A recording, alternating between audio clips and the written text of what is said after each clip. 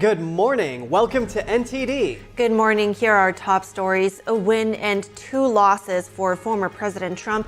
The Supreme Court agrees to hear his immunity claim, but he'll have to pay a nearly $500 million fine without delay as Illinois becomes the 3rd state to kick the national frontrunner for the GOP nomination off the ballot.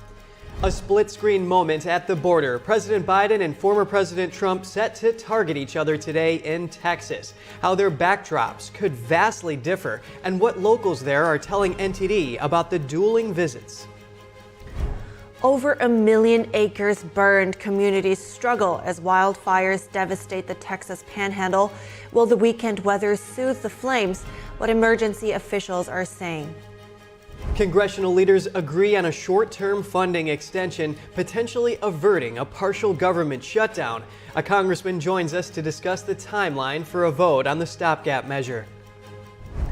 More fallout from the Alabama embryo ruling. Why a senator from Mississippi is crying foul on a bill to protect in vitro fertilization and trying to block it.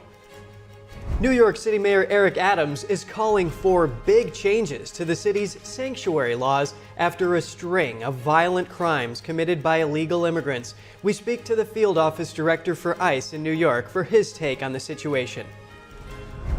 Personal trauma turned into an opportunity for healing. One woman's incredible story of how she's using her passion to help others struggling with mental health.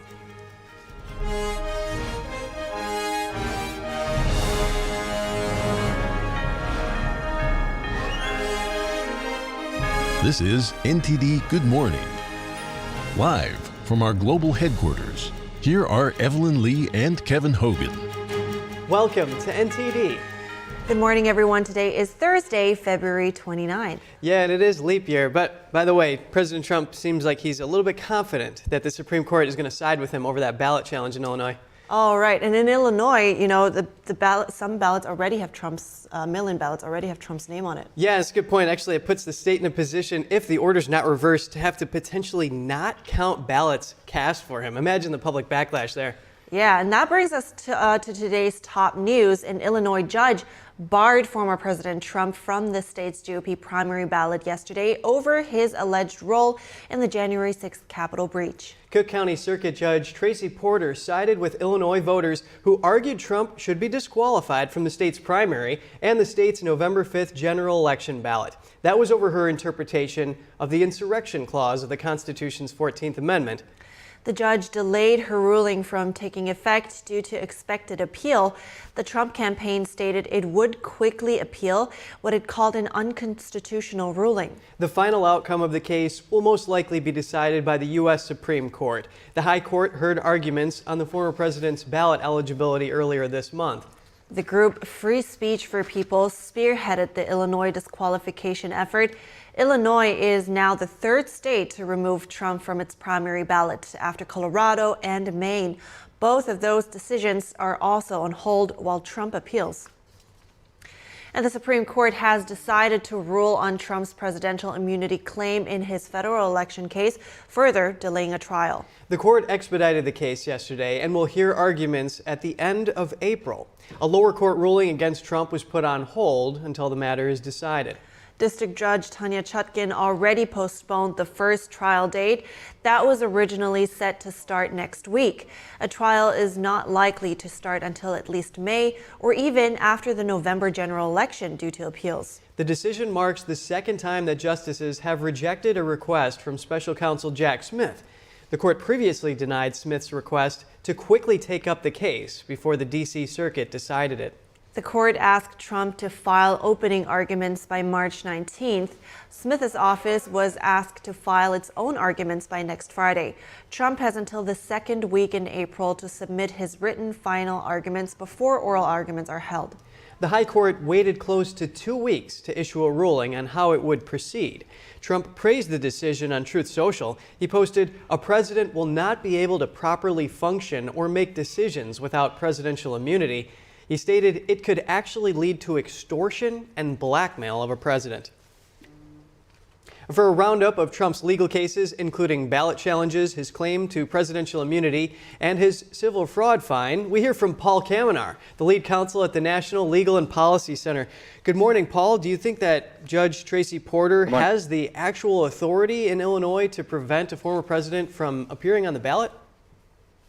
Well, she has the authority to issue the ruling, but the question is whether that ruling is illegal or constitutional, and it's not. She's just trying to jump on board. She's a liberal Democratic judge. You know, after all, she's from Cook County, Chicago, where their motto is vote early and often. So I'm not surprised that she tried to jump on the bandwagon here, knowing full well that the Supreme Court's going to rule shortly. And the hearing went, I was there at the Supreme Court hearing, and it went very well for Trump. So, this is really going to go down the tubes along with Maine and Colorado. Yeah, and a lot of that actual decision came down to whether or not the court actually had jurisdiction over the matter to begin with. So what's likely to happen here over the Illinois ballot? Will Trump appeal to an appellate court in Illinois, or will just a Supreme Court decision ultimately take precedent over this? Well, it's being appealed to the appellate court in Illinois, but the judge is basically putting this on hold. But she also ordered that, as you said, ballots have been cast, and she said if there's any votes for Trump, they have to be suppressed, is her word. Oh, so you're suppressing the vote here?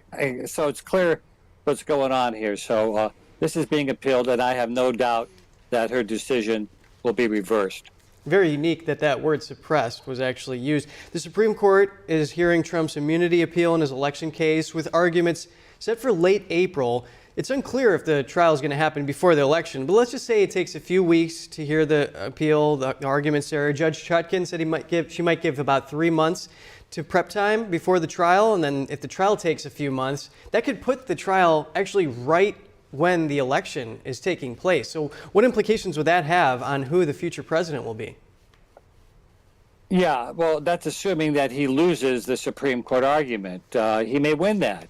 It's a tough case, but in any event, even if he loses it, as you said, there will be time after they hear the case, April 22nd, for them to decide it. I predict they'll decide it the last day of their session, which is the end of June. And then there's, like 3 months that the Judge Chutkan gave to have pre-trial other motions heard. So you're running right into the election, and it's clearly election interference. So I can't see how this will come down, this trial, before the election, and it's clearly interfering with it. And by the way, tomorrow is the hearing in the Florida case for scheduling pre-trial matters, and one of the motions they have pending is his immunity. So don't be surprised if the judge there is asked, hey, put your case on hold too, because this issue is going before the Supreme Court. Very interesting, Paul. We have a few seconds here. Appeals court has ruled that Trump has to come up with the full $454 million penalty while he appeals in New York over the civil fraud ruling. What could happen there? Will Trump post cash, or is he going to get a loan? Yeah, he will maybe do both. He'll post cash, and he may get a loan. The court has already authorized that he has now authority to get at least $100 million in a loan, because the order said you can't even borrow money or do business in New York. So they kind of put a little pause on that. So he'll be posting the money one way or the other to get this case overturned. Well, thank you so much for weighing in on this. Paul Kamenar, lead counsel at the National Legal and Policy Center. Thank you.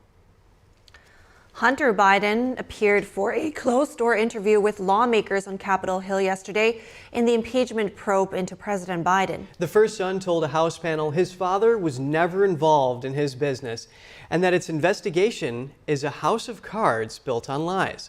He acknowledged his addictions and said he's trying to make amends, stating his mistakes were his own and not his father's. House Oversight Chair James Comer says the probe into Biden family business dealings will go on as long as new information keeps coming in. Comer says the next phase will be a public hearing and that he plans to issue a final report. NTD's Jeremy Sandberg has reactions to the private hearing.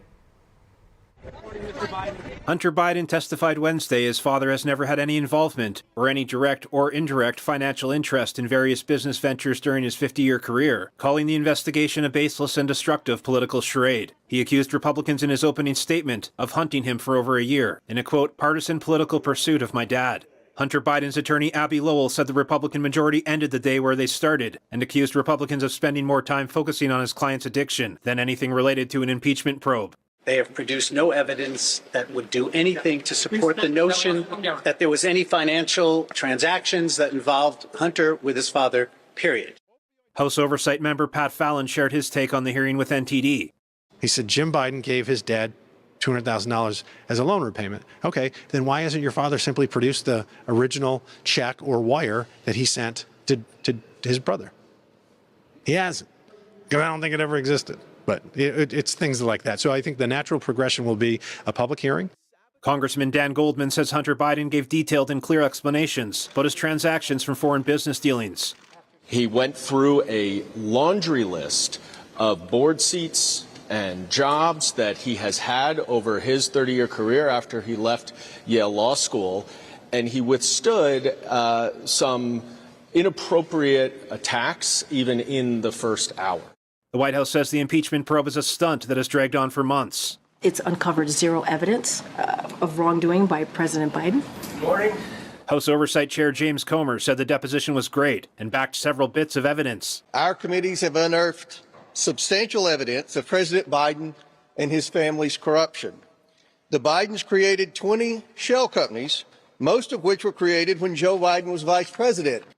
The chairman says an investigation into President Biden will continue as long as new information keeps coming in, but that he's ready to try to start closing the probe. Comer says he plans to issue a final report, with the impeachment inquiry moving into its next phase, a public hearing with Hunter Biden. He says a transcript of Wednesday's closed-door interview should be out in a few days. Jeremy Sandberg, NTD News. Facing off at the border, Biden and Trump both visiting Texas today, but making very different cases about the border crisis. What's on the two's agenda and what locals are telling NTD about their expectations? NTD's White House correspondent Iris Tao is in Brownsville, Texas.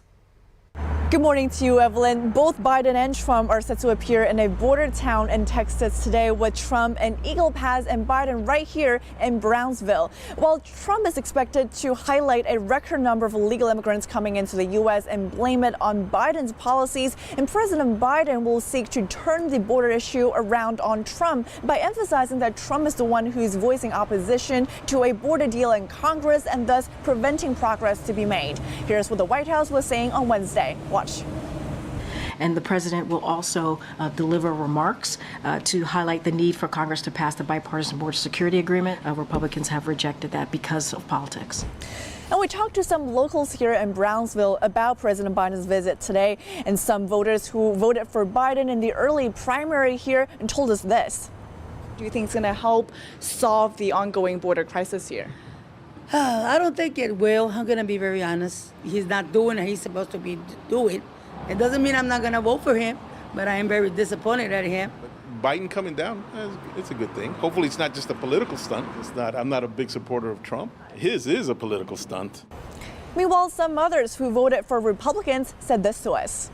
He's already had 4 years to work on the situation here on the border, and he hasn't done anything. So I'm not quite sure why he's coming unless it's just for the votes. He's the person that caused all the issues that are happening right now at the border, and I don't see a point in him coming. I'm hoping Trump gets reelected. Both Biden and Trump are giving speeches during their visits, though perhaps with a very different backdrop. Brownsville, where Biden will be, has a lot fewer illegal immigrants coming in compared with Eagle Pass, where Trump will be. Biden already didn't appear to see any migrants during his last visit to the border back in January 2023. So a big thing to watch for today is whether he's going to see any migrants this time around. Back to you, Evelyn. Thank you very much, Iris. And we're staying in Texas. Wildfires are spreading across the Texas Panhandle, charring more than 1 million acres. Authorities say the Smokehouse Creek fire alone has already scorched more than 850,000 acres since it ignited Monday afternoon. NTD's Daniel Monahan has more on what is now the second largest fire the Lone Star State has ever seen. Some residents have been forced to evacuate. At least one death is confirmed in Hutchinson County, Texas. 83-year-old grandmother Joyce Blankenship from the town of Stinnett.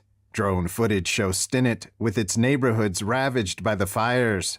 Richard Murray's house burned to the ground. We basically have lost everything. This is the only pair of pants I've got. The shirt. That's it. This building in the town of Canadian was completely destroyed by the wildfires. People and even some of their animals took shelter in a church in Fritch, Texas. Children's pastor Courtney Kirksey says they had over 50 people come through. But we had animals here too. We had goats and horses and rabbits and cats and dogs. Wow. Here, a vehicle drives through the raging wildfire, soon overtaken by smoke as the flames get too close for comfort. Drone footage shows burned grassland and smoke in Roberts County, north of Pampa. Chief of the Texas Division of Emergency Management, Nim Kidd, says adverse weather on Friday and the weekend could make containing the fires a challenge. I don't want the community there to feel a false sense of security that all of these fires will not grow anymore. This is still a very dynamic situation. The largest fire recorded in Texas history was the 2006 East Amarillo Complex fire, which burned about 1,400 square miles and resulted in 13 deaths. Daniel Monahan, NTD News. Coming up, congressional leaders reach a last-minute deal to prevent a government shutdown ahead of a Friday deadline. Representative Boebert joins us live with more on this. Senator Mitch McConnell announcing his retirement as leader of the Senate GOP, what led to the unexpected departure, and what's next for Republicans. And a bill guaranteeing access to in vitro fertilization fails in the Senate. Why a Republican senator blocked it despite being supportive of the treatment after the break.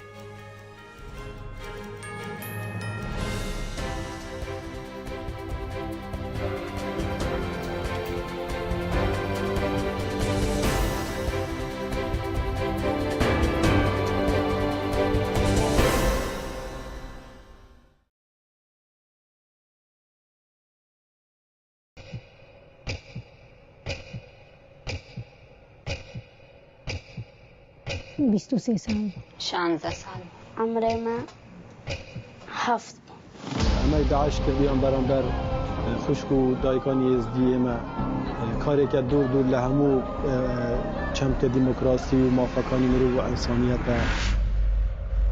او بارودوخی که است های به تایبت لعراق و سوریه بشه که دگرت و با حالانه که اداره اوباما کرد مریم بو او هفت روز بو و داعش از کرد تامبوم كرا قوتينيز قريا بما متشكر بهار في ذا نبو باوان رحم نبو ودمنا سؤالان من خادران نزل باوان ورستم بس نا وانا قوبس ناش بجوش باش.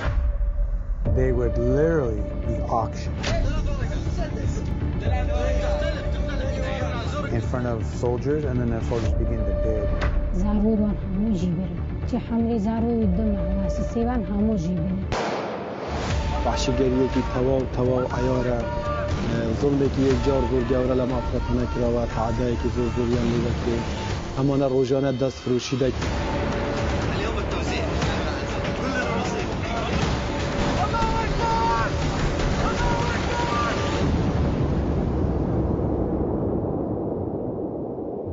Imagine being a child, you know, having a child mentality, and these evil people come and wheel you away from the only safety you've ever known.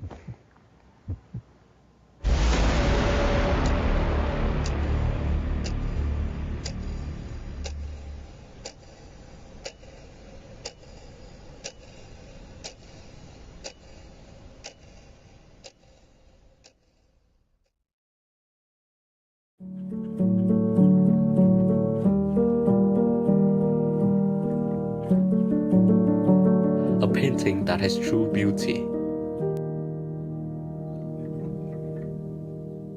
I imagine it's like a door.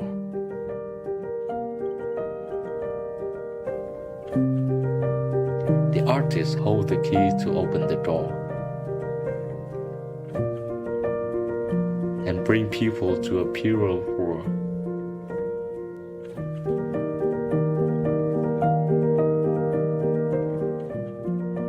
A world where people are more compassionate.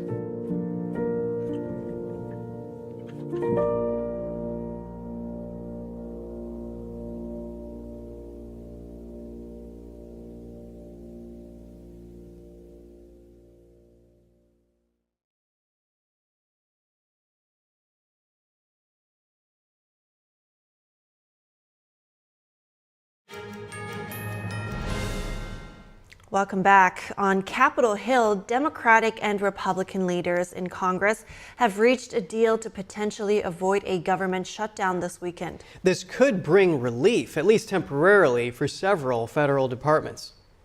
Thanks for all being here. Congressional leaders struck a deal Wednesday to advance some of the bills funding the federal government, as well as a stopgap measure to prevent partial government shutdown. The deadline was Friday night.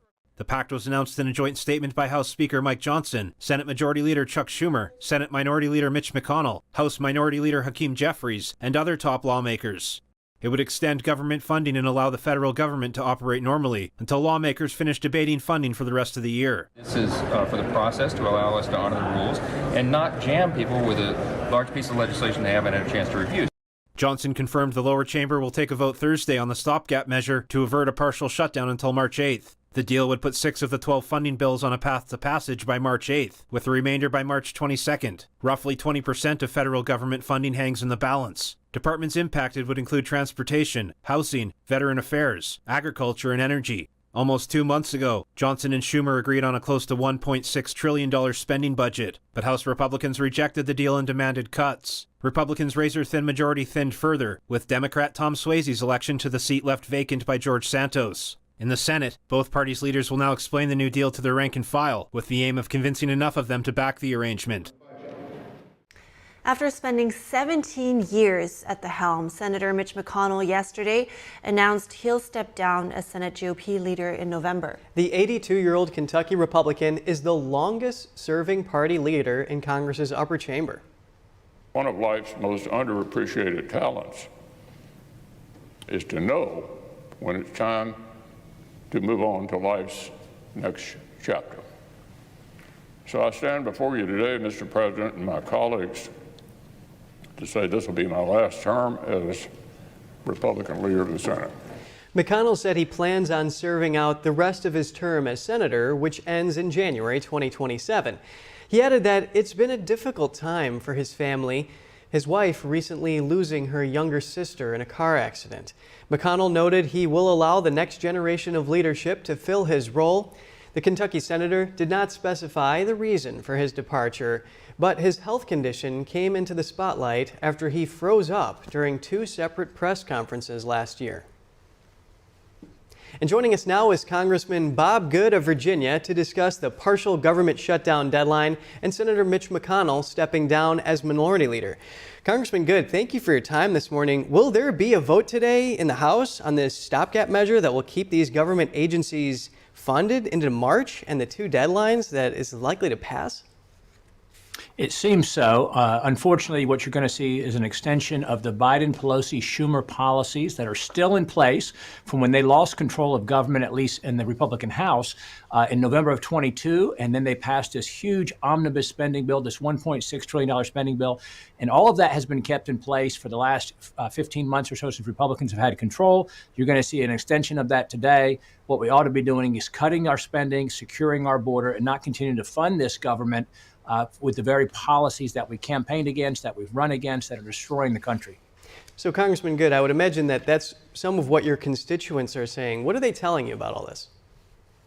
Well, a government shutdown is not the worst thing. The worst thing is actually perpetuating the harm that's been being done to the American people by this Congress. The suspending is unsustainable. What they're telling me across my district, they can't handle the inflation, the grocery prices, the gas prices, utility prices, housing prices, increased interest rates. That's all a reflection of bad policy that we're extending and perpetuating.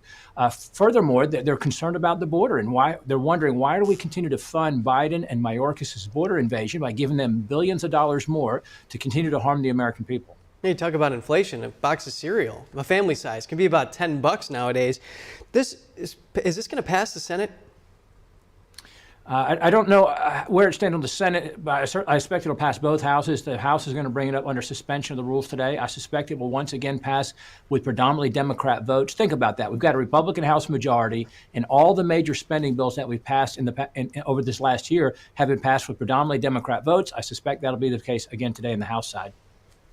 Yeah, and this is about the third time now that this Congress has punted these funding bills down the road here, and they're looking at a fourth. So, I mean, how does Congress break out of this cycle where we have to address funding and risking a shutdown month to month? What we ought to do right now is pass a year-long CR, which goes through September 30, that would at least put in place the spending cuts and caps that were in place with the FRA from last summer that was passed into law by the House, the Senate, and the White House. The president signed it. It would cut about $100 billion beneath the deal that Biden that Johnson and Schumer have negotiated. It would also eliminate earmarks, thousands of earmarks for members on both sides of the aisle that would cost tens of billions of dollars more. That's what we ought to do. We ought to attach to it border security and not fund this government without securing our border. That's what we ought to do. I'm afraid that's not what's going to happen. But again, a government shutdown may not be ideal, but what's worse than a partial temporary government shutdown, where 85% of the government continues anyway, is to continue doing what we've been doing, funding this government without cutting spending, without securing our border. That is not good for the American people. Understood, Congressman. Let's shift gears here and talk about Senator Mitch McConnell stepping down as the GOP leader in the upper chamber. Who do you think is most likely to replace him? I'd like to see someone in the mode of Rick Scott, Senator Rick Scott, who had the courage to run against Mitch McConnell most recently. I think the Republicans, conservatives in the Senate are looking to what we've done in the House. They realize change is needed, that we need to disrupt the status quo, the Washington swamp.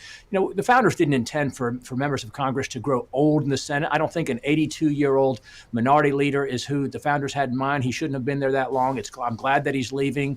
I wish that he would go ahead and step down immediately.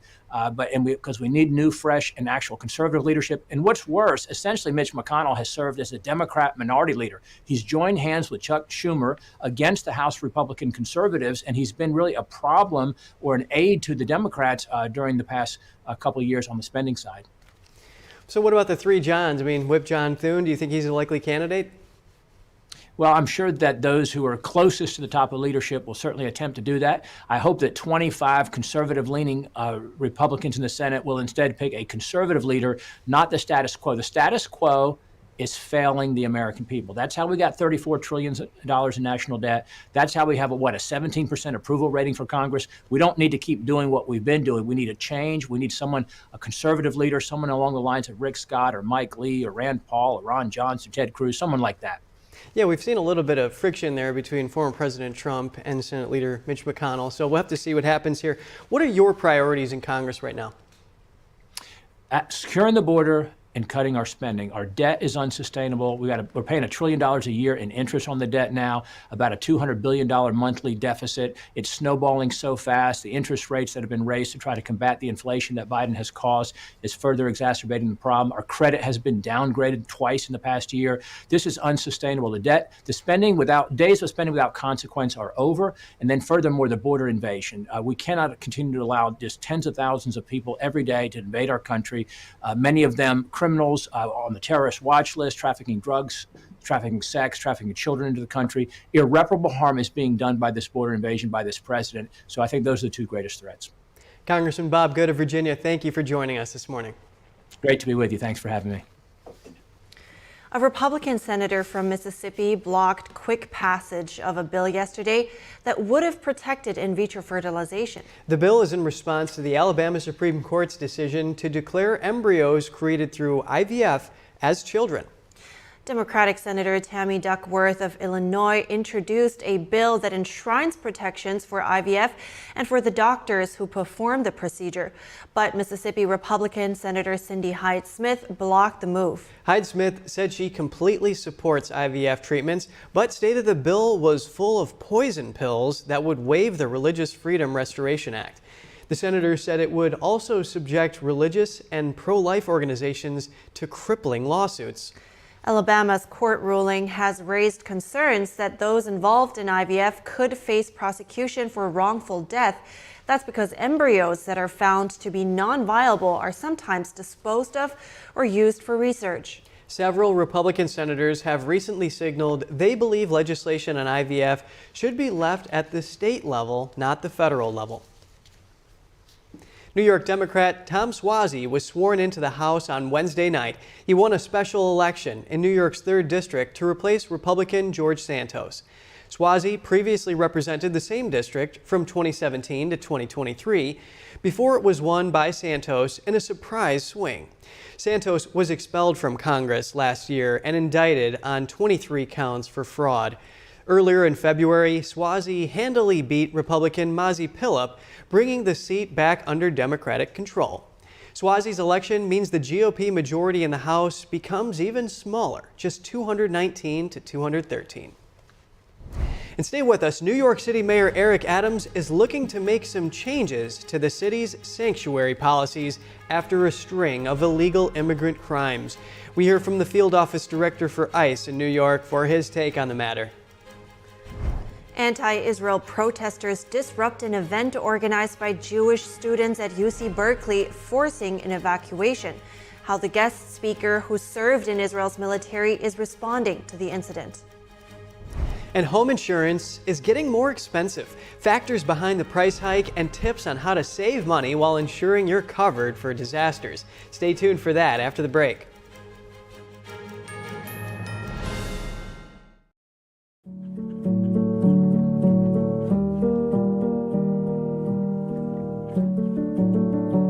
A painting that has true beauty. I imagine it's like a door.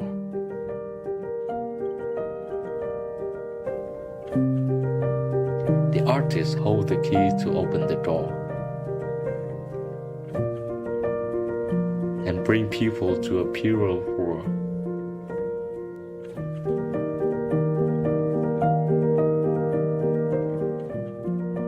A world where people are more compassionate.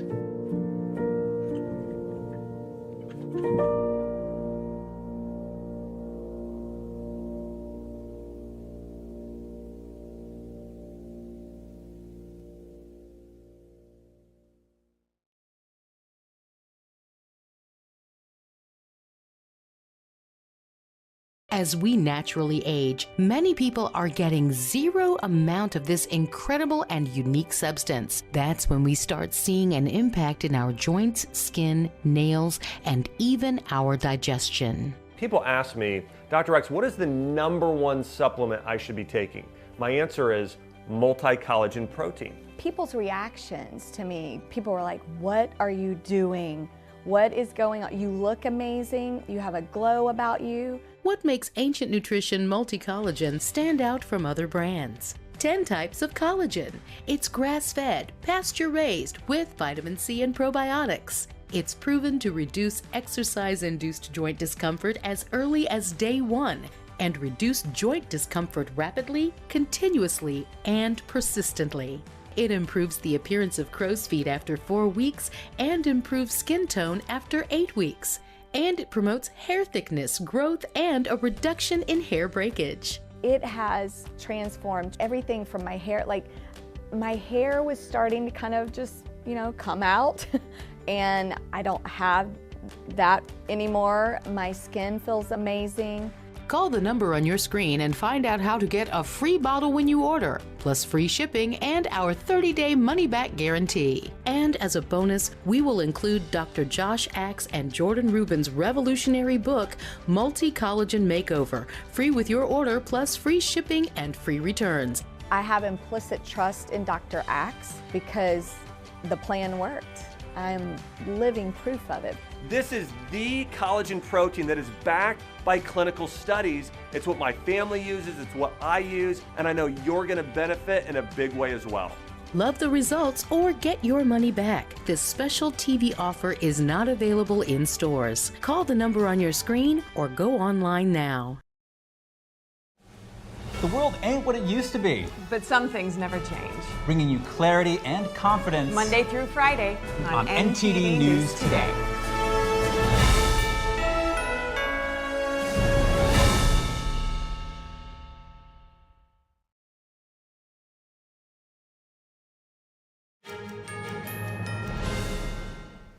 Welcome back. After a string of violent crimes from illegal immigrants, New York City Mayor Eric Adams is considering turning those accused of crimes over to ICE.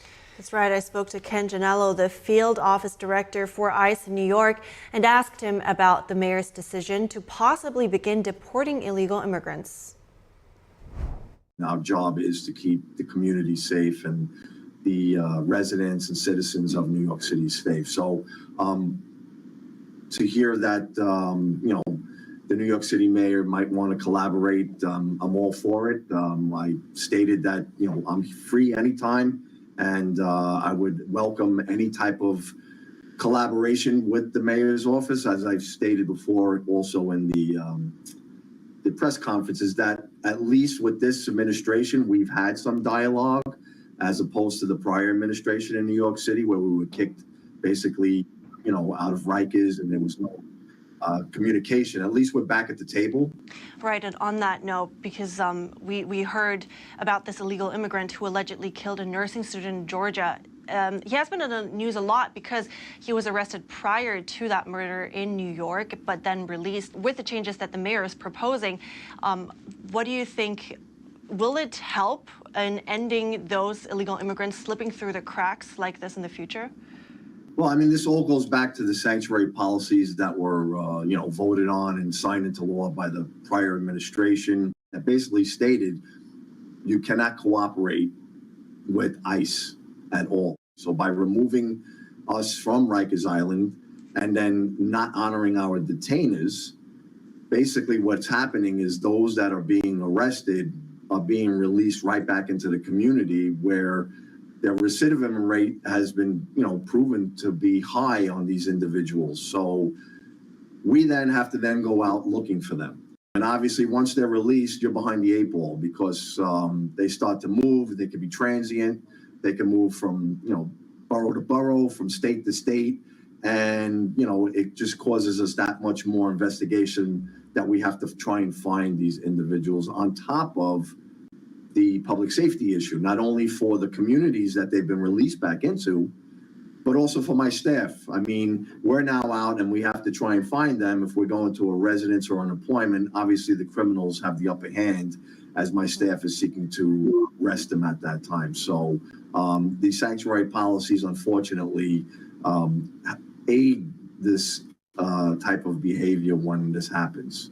Very interesting. And I actually want to, let's put this into perspective a little bit. Do you have a rough estimate of, let's say, how many removal proceedings you are processing in New York versus how many more are kind of stuck and unable to move on because of this kind of bureaucracy? Well, I don't have the exact amount of people that are in proceedings here in New York City, but obviously if we're not being advised of individuals being released back into the community that have prior crimes or prior arrests, those are individuals that we have to track via our own databases. And then, like I said, unfortunately, we're behind the eight ball. But, unfortunately in New York, in the city, there's hundreds of people being arrested on a weekly basis. So we're trying to prioritize the most violent crimes in my agency and the most heinous crimes. And unfortunately, a lot of times, the only way we could find that out, since there's no collaboration with NYPD, is through the media. Can you imagine a law enforcement agency trying to find out information on criminals relying on the media? So, I mean, we use every possible law enforcement tool that's at our, at our fingertips to try and locate these people. But unfortunately, once they have been released without contacting ICE, we then have to backtrack and try and figure out where they are. Right, and hard to imagine how difficult that would make things. So before I let you go, just quickly, what kind of change would you like to see for better cooperation between the NYPD and ICE? I mean, that's it. You hit the word right there. It's cooperation. That is the change that we want in ICRO, nationwide, but obviously specifically here in New York City, because of the fact that we have these overarching priorities and we need to work together to keep the community safe.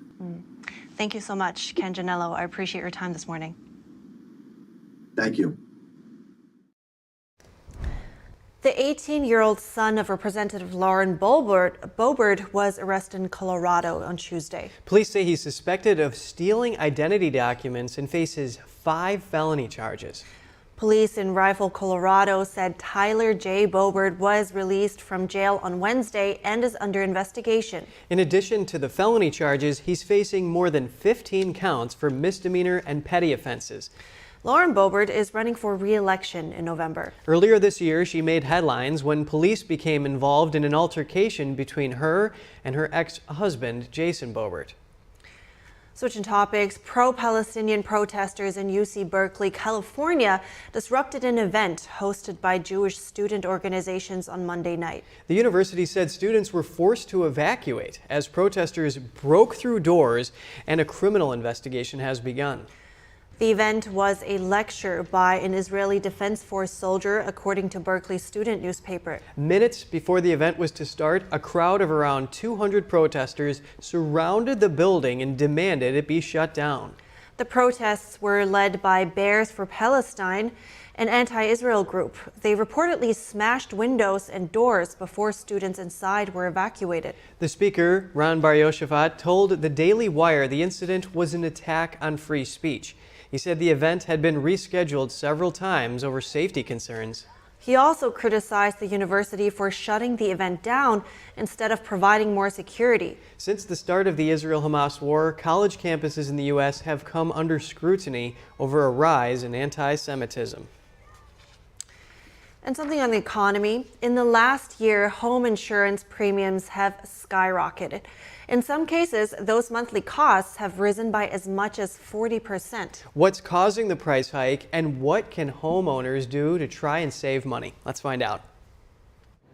When disaster strikes, home insurance is there to help cover some of the costs. Your home is one of your largest assets, and in the insurance industry, it's wise and prudent to protect that asset. But the price of that protection is becoming more expensive. Home insurance broker Travis Hodges says he's seeing an average increase of 27% year over year. And in some cases, the cost of insuring your home can go even higher. We've heard as much as 40. So what's causing the price hike? Hodges says there are a few reasons. 1. Changing weather patterns and events, such as tornadoes and wildfires. 2. The cost of materials has gone up, so it costs more to fix any damage. 3. Property values have risen. Let's look at those numbers for a moment. In January, the median home sale price was $379,100, according to the National Association of Realtors. That's 5.1% higher than January of last year, and it's the 7th month in a row home prices have gone up. Everything else has gone up. Insurance has just mirrored that and been proportionate.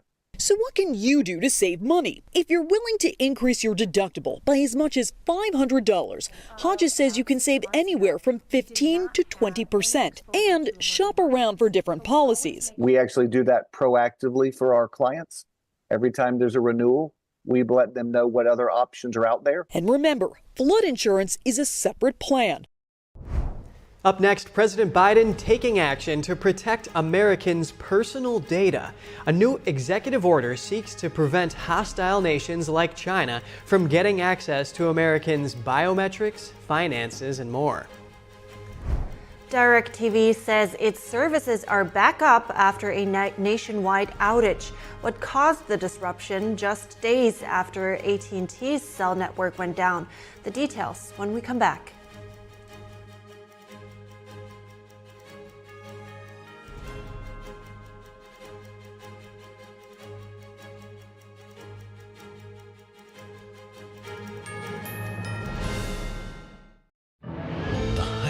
Art is beautiful, breathtaking, timeless, and moving. Experience art with 5,000 years of history, inspired by the divine. Experience Shen Yun. I was born into the wrong body. I was astounded by what they were teaching. Child Protective Services did show up at my house. Parents are fearful of losing custody of their children because they say the wrong thing. Risks? No risks. We got everything covered, I assure you, Mrs. Connors. They don't want anyone to know the truth. I can't stay quiet about this anymore. It's destroyed my health. We're pushed into silence.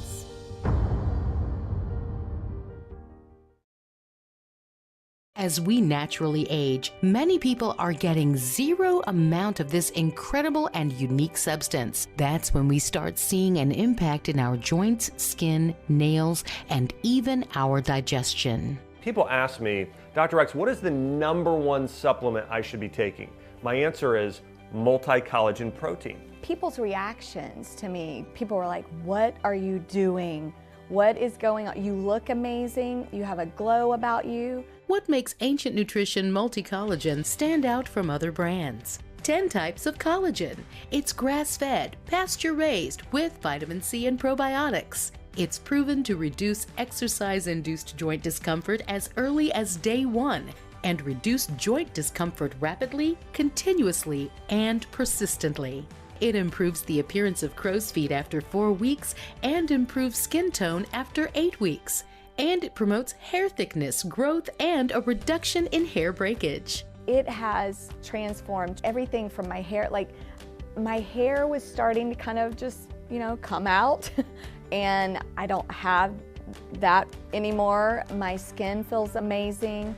Call the number on your screen and find out how to get a free bottle when you order, plus free shipping and our 30-day money-back guarantee. And as a bonus, we will include Dr. Josh Axe and Jordan Rubin's revolutionary book, Multi-Collagen Makeover, free with your order, plus free shipping and free returns. I have implicit trust in Dr. Axe because the plan worked.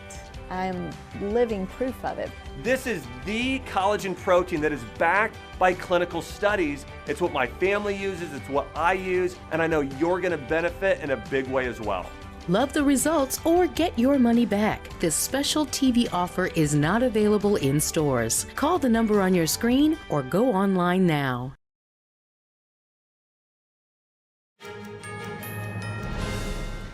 Welcome back, everyone. And joining us now is NTD business host Don Ma to give us the latest updates from the tech and the business world. All right, Dan, what do you got today?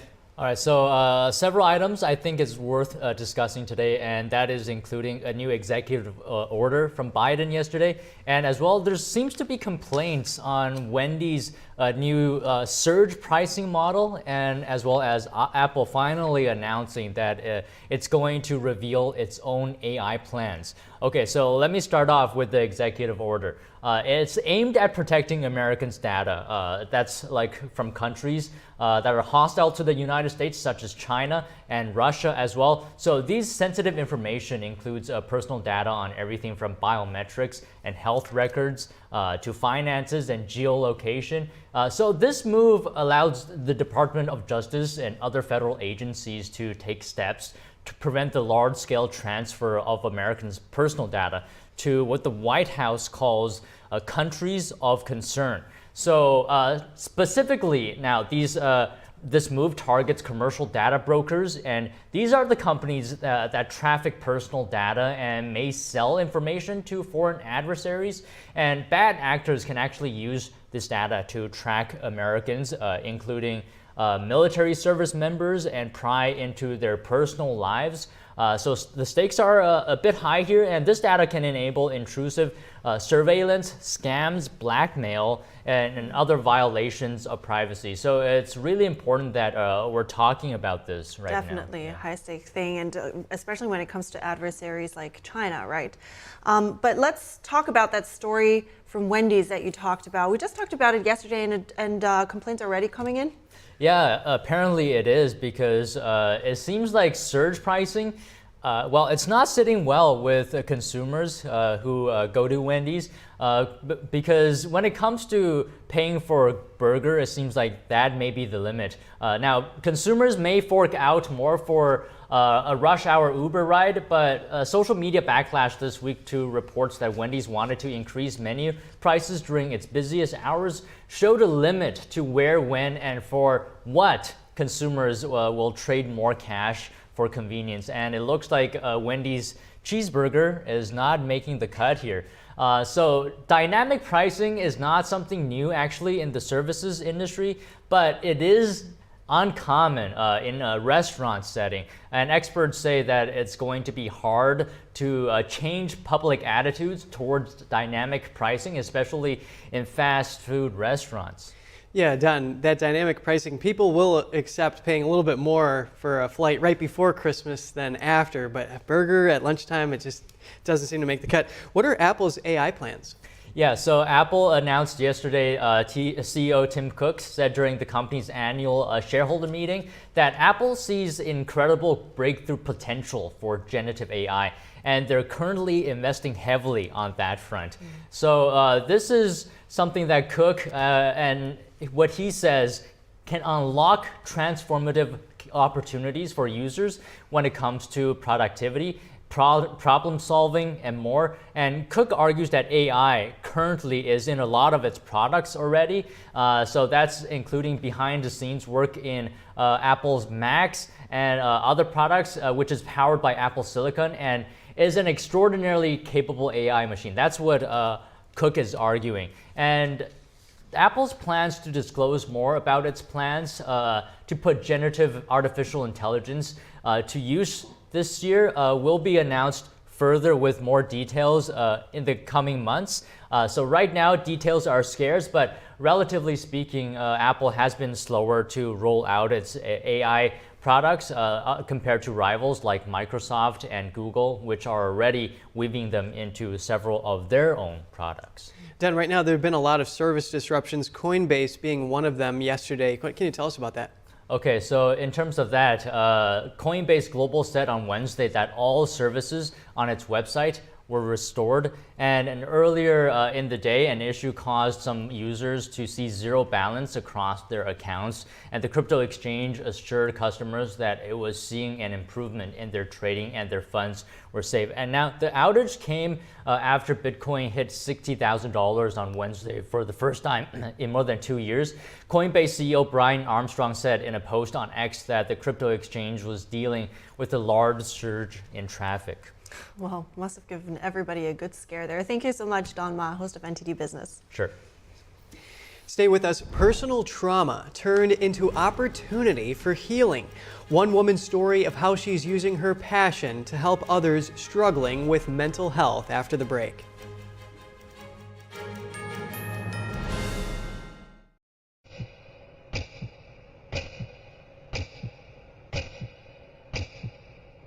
بیست و سه سال 16 سال عمري ما حفظ همه داعش کردیم برانبر خشک و دایکان یزدی ما کاری که دور لهمو چمک دموکراسی و موافقانی مرو و انسانیت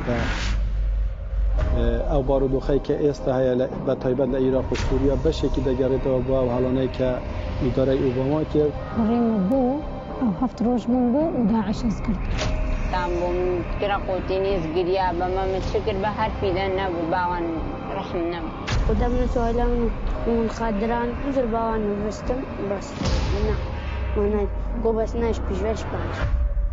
They would literally be auctioned in front of soldiers, and then the soldiers begin to bid. زارود وان همو جيبرم تي حملي زارود الدم واسسي وان همو جيبرم وحشیگریه که توا عیاره ظلمی که یک جار گرگاوره لما افرطانه کرا و تعدایی که زوریان میده که همانه روزانه دست فروشیده. اليوم التوزيع كلنا نصيب.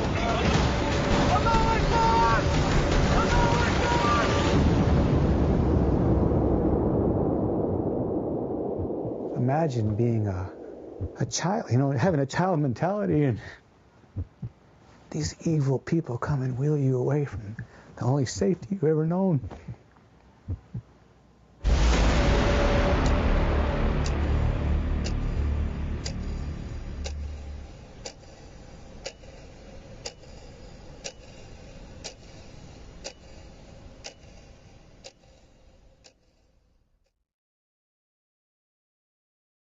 Is deep sea fish oil really healthy? Due to pollution in the oceans, most fish contain heavy metal elements and radioactive substances. That's why it's so important to choose a pure source of omega-3. Puritang green vegetable omega-3 is made from purslane and perilla seeds, which are rich in nutrients and minerals, especially vitamins A, D, E, calcium, and iron. With natural processing and no harmful chemical additives, it has more than 90% concentration of omegas 3, 6, 7, and 9. It effectively improves brain power and is beneficial to the heart's health. Puritang omega-3 does not smell of fish and contains no pollutants, so both adults and children can safely and easily consume it over a long period of time. Puritang green vegetable omega-3, greener, healthier, and more effective. Visit puritang.com to learn more.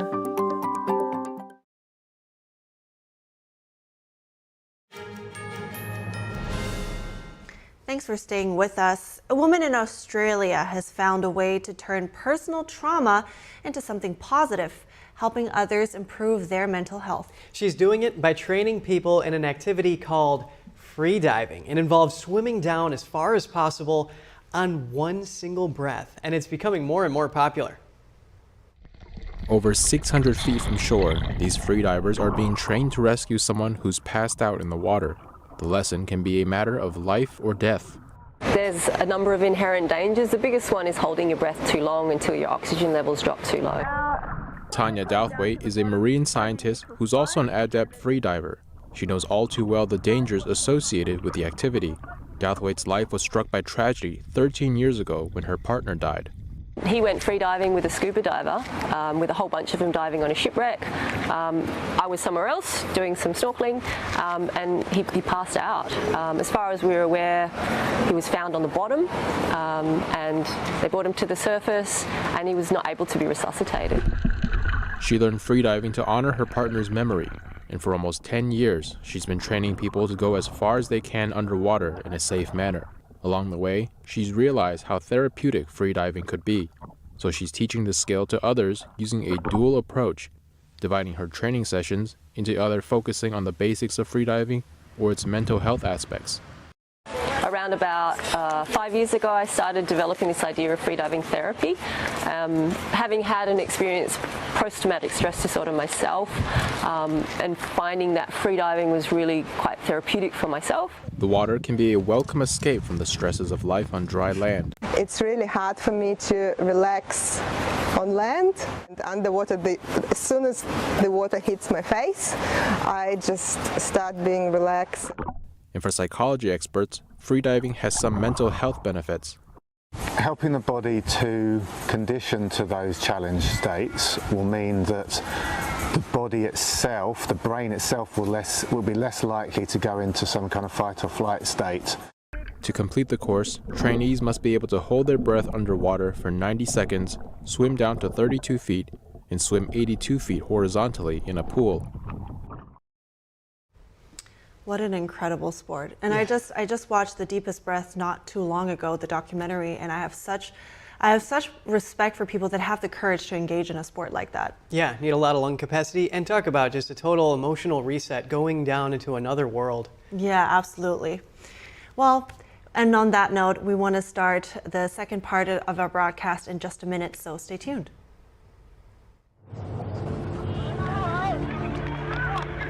There are real consequences to controlled media.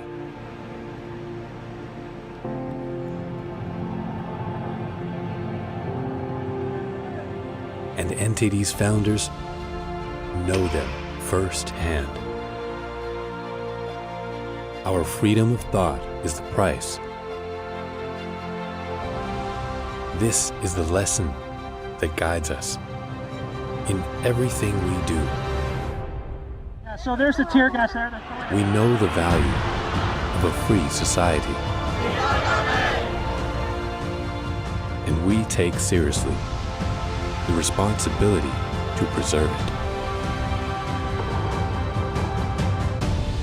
We are NTD.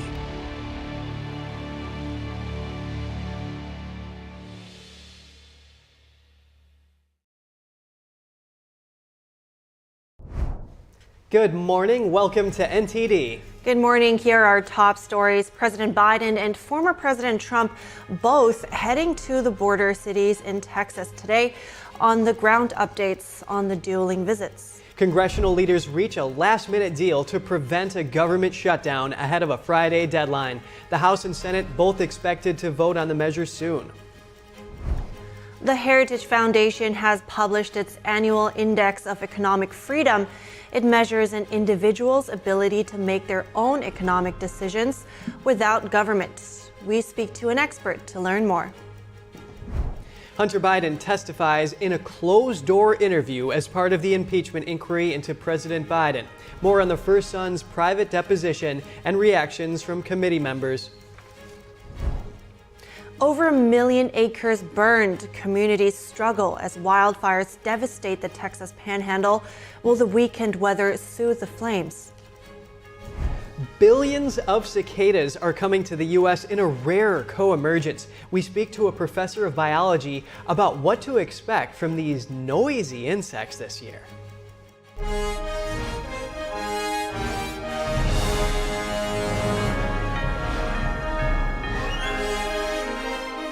This is NTD Good Morning. Live from our global headquarters, here are Evelyn Lee and Kevin Hogan. Welcome to NTD. Welcome, everyone. Today is Thursday, February 29th, and we have the president heading to the border for the second time. Yes, during his presidency, right. And, an NPR poll shows that only 29% of Americans agree with the way that he's handling immigration. Yeah, definitely a big issue. So today's top story, the two presidents are scheduled to visit the U.S.-Mexico border in Texas today. President Biden will be in Brownsville, while former President Trump is expected in Eagle Pass. And NTD's Arian Pastar is in Eagle Pass now. Arian, what's the situation on the ground? Yeah, good morning, Kevin. That's right. Good morning, Kevin. That's right. We're here in Eagle Pass, Texas, as you just said. The lights behind me, that's actually Mexico already. So we are very close to the border. Down there, that's Shelby Park, which you might have heard of. That's really that's the park where the standoff, the showdown, if you will, between the Biden administration and the state of Texas took place in recent months. Now, over this shoulder, you can see that police is already here. They actually closed the street off. Last night, we could still go down there. Now they closed it off, which is a clear sign that they are preparing for former President Trump to be here today. Now, President Trump's and President Biden's visits, we're expecting them to have very contradicting narratives, actually. So let's start with President Trump. He's of course expected to actually blame President Biden for the immigration crisis and for the huge number of people coming into this country illegally. But President Biden, at the same time, he's also expected to blame former President Trump. And that's because Congress recently failed to pass a border security bill. And a lot of Democrats, including President Biden, they're blaming former President Trump for that. They say that, Republican lawmakers didn't pass this bill because they were influenced by former President Trump. So we're expecting them to blame each other a little bit here today at the border. But of course, we don't know for sure what's going to happen. We'll, of course, keep you updated throughout the day, Kevin. Well, that's good that you'll stay with us here, Arian. Multiple violent crimes allegedly involving illegal immigrants are making headlines this week. There's, of course, the killing of a nursing student in Georgia, also reports of an illegal immigrant raping a 14-year-old girl, and more. How does that affect Trump's visit? Yeah, that's huge, of course. And Kevin, just the fact that Trump and Biden are visiting the border on the same day, that really goes to show how big this issue is, the immigration crisis, how much Americans think about this right now. Two presidents, a former president and a current one on the border on the same day, really tells us a lot. And violent crime is affecting Americans across the nation in a lot of different cities, but especially down here. Just take a look at what one resident, we talked to a lot of people down here last night, take a look at what one resident told me, how this fear of crime is affecting him and his family. Watch. I had to build a big wall behind my house because they used to walk through my land, especially when your kids are playing outside the house, you don't know who's going to come by, who's going to walk through, Very serious there. So a new Gallup poll found... Yes, so... Yeah, you were saying, Arian? No, please go ahead, Kevin. Yeah, so a new Gallup poll found immigration to be the top issue for voters for the first time since 2019. What are the residents' thoughts on this? Is the border issue something that's constantly on people's minds? You know, that's what you would think, right? We are in Eagle Pass, really the center of the immigration crisis. In the last months, whenever we thought of the immigration crisis, whenever we heard something, we heard the name Eagle Pass. So a lot of people might think that the people down here, that's the only thing that's on their mind, right? The immigration crisis, the people coming in. But you might be surprised that I would say only half of the people here are actually very, very worried about the immigration crisis. The other half, not so much. That might be for a lot of reasons. You know, the immigrants coming in here, they're being processed quick. They're being sent to New York. They're being sent to Chicago and a lot of different cities. So I think a lot of the residents down here might not actually see what's going on. But now, what's very interesting, Kevin, is that there is one thing that is on everybody's mind. And I want to show you what residents also told me last night, that down here, even here in Eagle Pass, the center of the immigration crisis, there is one thing that people, I think everybody, cares about the most, just like in the rest of America. Take a look at what they told me, what they think the biggest issue is down here. The economy sucks right now. Excuse my language. It's hard. Prices keep going up, but our income, our raise, it stays the same. When Trump was in office, the economy was a little bit more better, and you know, the inflation was non-existent. Shut down the borders and start drilling, and that's what we need. And the drilling, would that be good for the economy, you think? Yeah, yeah, because we got Carrizo here that we used to have a bunch of drilling going on since Biden, everything started going slow. Well, thank you so much for your insight, Arian Pastar. Thank you. And on Capitol Hill, Democratic and Republican leaders in Congress have reached a deal to potentially avoid a government shutdown this weekend. This could bring relief, at least temporarily, for several federal departments. Thanks for all being here. Congressional leaders struck a deal Wednesday to advance some of the bills funding the federal government, as well as a stopgap measure to prevent partial government shutdown. The deadline was Friday night. The pact was announced in a joint statement by House Speaker Mike Johnson, Senate Majority Leader Chuck Schumer, Senate Minority Leader Mitch McConnell, House Minority Leader Hakeem Jeffries, and other top lawmakers. It would extend government funding and allow the federal government to operate normally until lawmakers finish debating funding for the rest of the year. This is for the process to allow us to honor the rules and not jam people with a large piece of legislation they haven't had a chance to review. Johnson confirmed the lower chamber will take a vote Thursday on the stopgap measure to avert a partial shutdown until March 8th. The deal would put 6 of the 12 funding bills on a path to passage by March 8th, with the remainder by March 22nd. Roughly 20% of federal government funding hangs in the balance. Departments impacted would include transportation, housing, veteran affairs, agriculture, and energy. Almost 2 months ago, Johnson and Schumer agreed on a close to $1.6 trillion spending budget, but House Republicans rejected the deal and demanded cuts. Republicans' razor-thin majority thinned further, with Democrat Tom Suozzi's election to the seat left vacant by George Santos. In the Senate, both parties' leaders will now explain the new deal to their rank and file, with the aim of convincing enough of them to back the arrangement. An Illinois judge barred former President Trump from the state's GOP primary ballot yesterday over his alleged role in the January 6th Capitol breach. Cook County Circuit Judge Tracy Porter sided with Illinois voters who argued Trump should be disqualified from the state's primary and the state's November 5th general election ballot. That was over her interpretation of the insurrection clause of the Constitution's 14th Amendment. The judge delayed her ruling from taking effect due to expected appeal.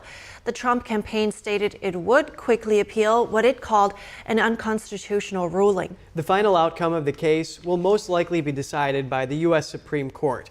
The High Court heard arguments on the former president's ballot eligibility earlier this month. The group Free Speech for People spearheaded the Illinois disqualification effort. Illinois is now the 3rd state to remove Trump from its primary ballot after Colorado and Maine. Both of those decisions are also on hold while Trump appeals.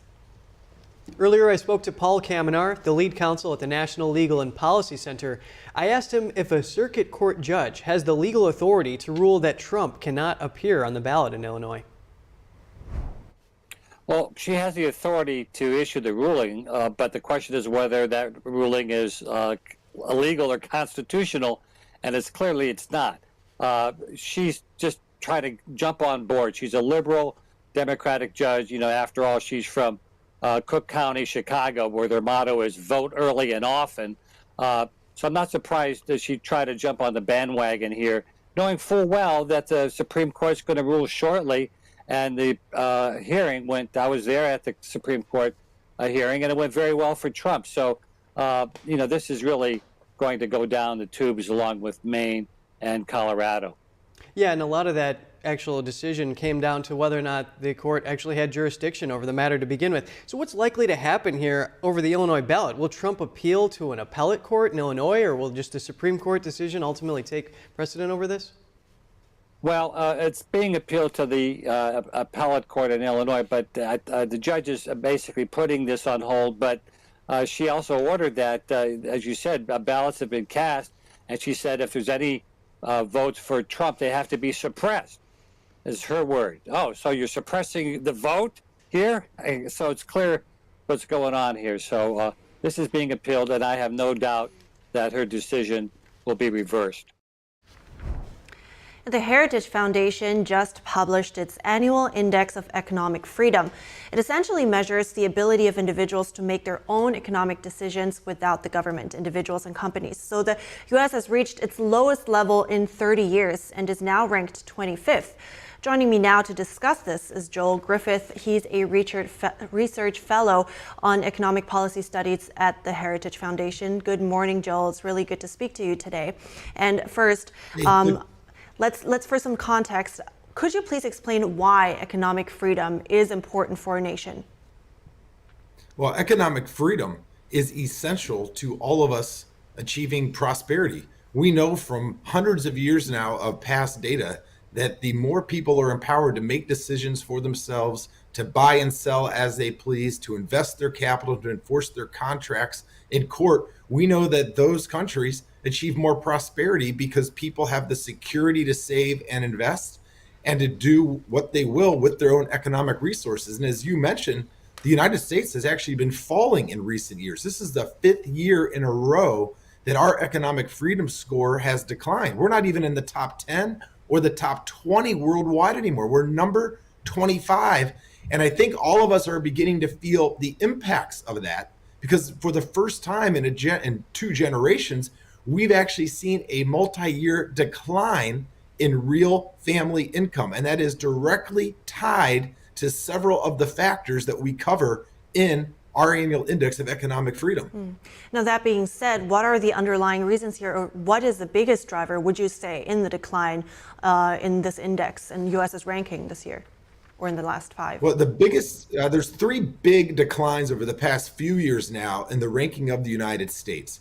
One of the most important is the fiscal health of the nation. We know that we now have a deficit of more than $34 trillion. If you think about that for a second, that's more than $300,000 per family of 4 in government debt that has been racked up. And we are beginning to pay inordinate amounts of interest every year on that debt. We're spending as much on the interest on our national debt as we spend in our entire military. And even if you're not one of the 50% of people that actually pay taxes in this country, even those who aren't paying taxes feel the result of that, because a lot of the money that would have been invested into private enterprise is now going to service the national debt. And so really that's a twofold problem, both the fiscal side and the government spending side. They go hand in hand. That's a big part of the reason why our nation has fallen in the rankings.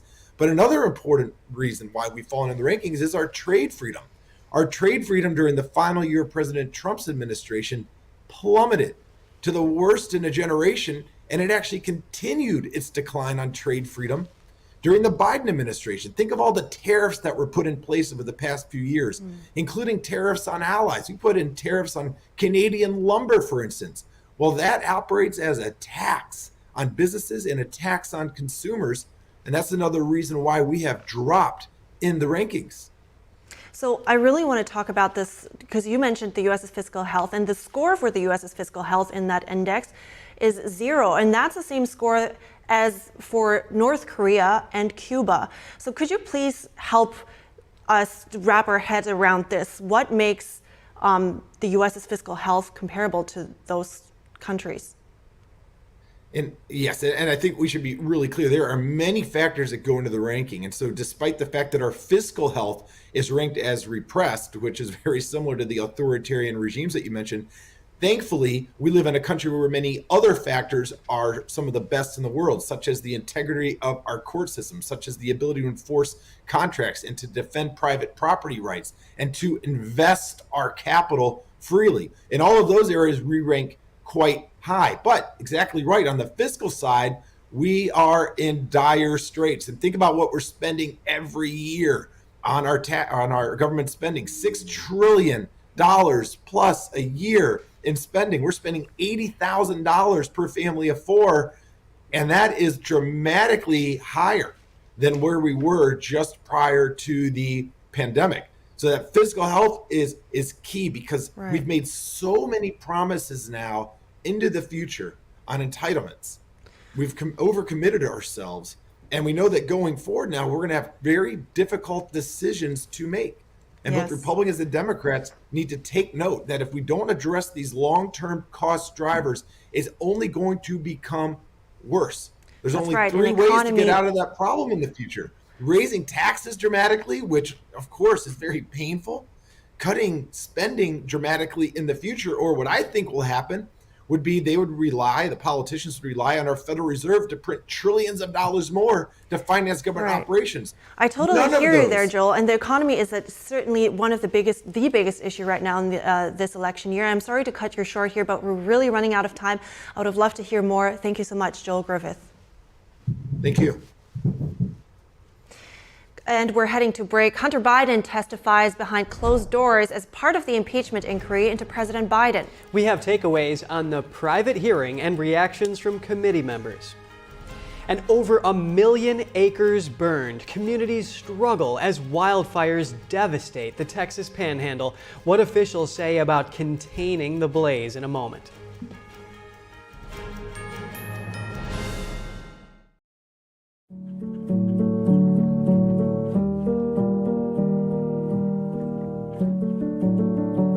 A painting that has true beauty. I imagine it's like a door.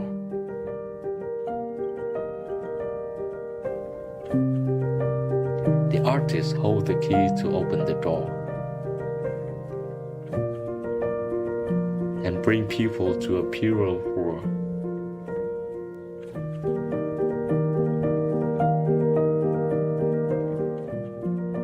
A world where people are more compassionate.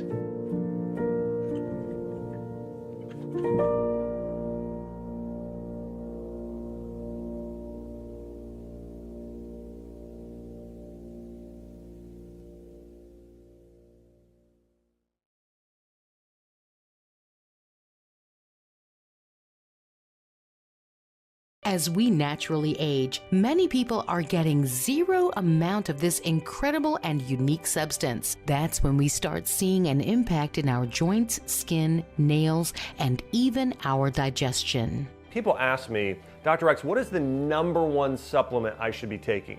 My answer is multi-collagen protein. People's reactions to me, people were like, what are you doing? What is going on? You look amazing. You have a glow about you. What makes Ancient Nutrition Multi-Collagen stand out from other brands? 10 types of collagen. It's grass-fed, pasture-raised with vitamin C and probiotics. It's proven to reduce exercise-induced joint discomfort as early as day 1 and reduce joint discomfort rapidly, continuously, and persistently. It improves the appearance of crow's feet after 4 weeks and improves skin tone after 8 weeks. And it promotes hair thickness, growth, and a reduction in hair breakage. It has transformed everything from my hair. Like, my hair was starting to kind of just, come out, and I don't have that anymore. My skin feels amazing. Call the number on your screen and find out how to get a free bottle when you order, plus free shipping and our 30-day money-back guarantee. And as a bonus, we will include Dr. Josh Axe and Jordan Rubin's revolutionary book, Multi-Collagen Makeover, free with your order, plus free shipping and free returns. I have implicit trust in Dr. Axe because the plan worked. I'm living proof of it. This is the collagen protein that is backed by clinical studies. It's what my family uses, it's what I use, and I know you're gonna benefit in a big way as well. Love the results or get your money back. This special TV offer is not available in stores. Call the number on your screen or go online now.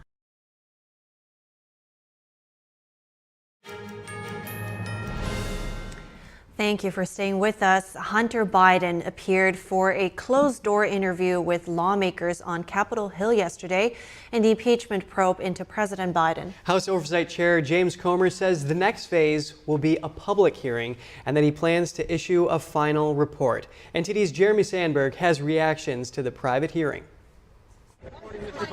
Hunter Biden testified Wednesday his father has never had any involvement or any direct or indirect financial interest in various business ventures during his 50-year career, calling the investigation a baseless and destructive political charade. He accused Republicans in his opening statement of hunting him for over a year in a, quote, partisan political pursuit of my dad. Hunter Biden's attorney Abby Lowell said the Republican majority ended the day where they started and accused Republicans of spending more time focusing on his client's addiction than anything related to an impeachment probe. They have produced no evidence that would do anything to support the notion that there was any financial transactions that involved Hunter with his father, period. House Oversight member Pat Fallon shared his take on the hearing with NTD. He said Jim Biden gave his dad $200,000 as a loan repayment. Okay, then why hasn't your father simply produced the original check or wire that he sent to his brother? He hasn't. I don't think it ever existed. But it's things like that. So I think the natural progression will be a public hearing. Good morning. House Oversight Chair James Comer said the deposition was great and backed several bits of evidence. Our committees have unearthed substantial evidence of President Biden and his family's corruption. The Bidens created 20 shell companies, most of which were created when Joe Biden was vice president. The chairman says an investigation into President Biden will continue as long as new information keeps coming in. Comer says he plans to issue a final report, with the impeachment inquiry moving into its next phase, a public hearing with Hunter Biden. He says a transcript of Wednesday's closed-door interview should be out in a few days. Jeremy Sandberg, NTD News. Wildfires are spreading across the Texas Panhandle, charring more than 1 million acres. Authorities say the Smokehouse Creek fire alone has already scorched more than 850,000 acres since it ignited Monday afternoon. NTD's Daniel Monahan has more on what is now the second largest fire in the Lone Star State has ever seen. Some residents have been forced to evacuate. At least one death is confirmed in Hutchinson County, Texas. 83-year-old grandmother Joyce Blankenship from the town of Stinnett. Drone footage shows Stinnett with its neighborhoods ravaged by the fires. Richard Murray's house burned to the ground. We basically have lost everything. This is the only pair of pants I've got. The shirt. That's it. This building in the town of Canadian was completely destroyed by the wildfires. People and even some of their animals took shelter in a church in Fritch, Texas. Children's pastor Courtney Kirksey says they had over 50 people come through. But we had animals here too. We had goats and horses and rabbits and cats and dogs. Wow. Here, a vehicle drives through the raging wildfire, soon overtaken by smoke as the flames get too close for comfort. Drone footage shows burned grassland and smoke in Roberts County, north of Pampa. Chief of the Texas Division of Emergency Management, Nim Kidd, says adverse weather on Friday and the weekend could make containing the fires a challenge. I don't want the community there to feel a false sense of security that all of these fires will not grow anymore. This is still a very dynamic situation. The largest fire recorded in Texas history was the 2006 East Amarillo Complex fire, which burned about 1,400 square miles and resulted in 13 deaths. Daniel Monahan, NTD News. Hope everybody stays safe out there, but nature is making more news. Cicadas, billions of them. Yes, that's right. A rare co-emergence of 2 broods of these noisy insects is coming to the U.S. this year. Yeah, I wanted to learn more about this and how it affects you with all these cicadas coming, so I spoke with Gene Kritsky, a professor emeritus of biology at Mount St. Joseph University. Take a look. we're going to be expecting to see two different broods of periodical cicadas, a 17-year brood and a 13-year brood. The 13-year brood is going to occur through southern Illinois, most of Missouri, and make a swath down through northern Arkansas, northern Louisiana, and then across northern Mississippi, Alabama, and central to northern Georgia, up into western South Carolina, and a stretch through North Carolina, ending in the furthest south county of Maryland. And then brood 13, which is a 17-year cicada, will be occurring in northern Illinois, southern Wisconsin, northeastern Iowa, and northwestern Indiana.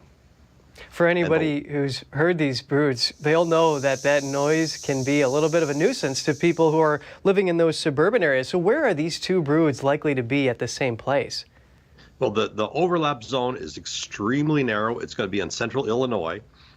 We have some evidence that they occur in the same area, but we don't have the evidence that they actually occurred simultaneously.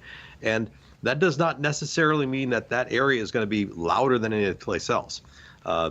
Deforestation caused for agriculture, urban development has reduced cicada distribution, so they're a lot more patchier than they were a century ago. But people in the suburbs of Chicago, for example, where brood 13 is emerging, they're going to be hearing cicadas screaming at up to 96 decibels. Wow. That is really alarming, and this is such a rare occurrence. The next one is expected to happen in 2037. What opportunity does this provide entomologists for studying these? Well, first of all, these broods do come out on their regular 17 to 13-year cycles, but this is the time they overlap, and the last time that happened was 1803. And even though there are 12 17-year broods and 3 13-year broods, they overlap often, but not more than maybe 30 times every 2 centuries or so. And so this gives us an opportunity to see in areas where they may overlap, are they interbreeding, excuse me, and what's the interaction between the two. In the past, when we've had two broods emerge at the same time and not in the same place, the 13-year brood emerged a little earlier than the 17-year brood. So there could have been a time overlap, but there wasn't a geographic overlap in that case. Well, this is a fascinating update from Eugene Kritsky, Professor Emeritus of Biology at Mount St. Joseph University. Thank you. Thank you. Over 90 decibels, that's about as loud as a lawnmower. Right, wow, they'll be screaming from the top of their lungs. But a bit of good news, cicadas apparently don't destroy crops, so we got that going for us. All right, we're wrapping up right here. We hope to see you tomorrow. Thank you so much for watching. I'm Evelyn Lee. And I'm Kevin Hogan.